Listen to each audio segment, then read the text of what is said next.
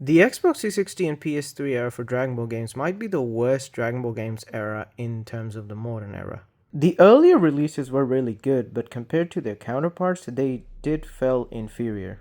Raging Blast 1 and 2 are really good graphically and everything, and Raging Blast has a good story, but compared to the Tenkaichi games, it felt a bit inferior.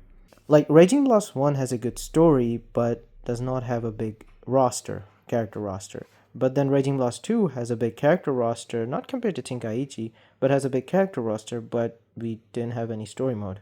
And I'll say this, Burst Limit is an amazing game and it feels like a proper Budokai sequel, but this game's story only covered till the Cell Saga. And a few months later, on the PS2, we got Infinite World that completed the story from the Dragon Ball Z to Dragon Ball GT. Not only that, this game had a lot of mini games and it was genuinely fun.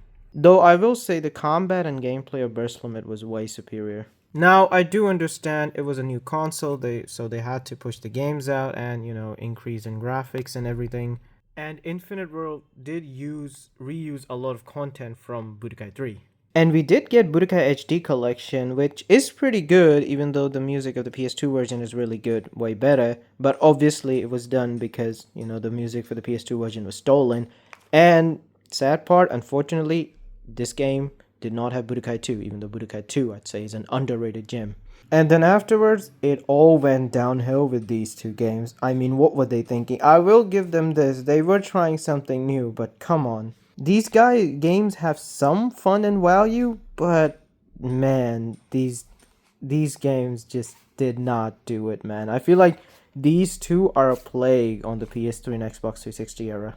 Now, Dragon Ball Z Connect does exist. I will say this. I have a soft spot for this game, but I will say this, that again, it's Ultimate Tenkaichi on Connect. So it was wonky and there were issues.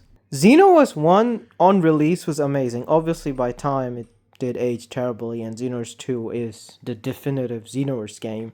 But we got this, even though we also got this for the PS4. I mean, this was something.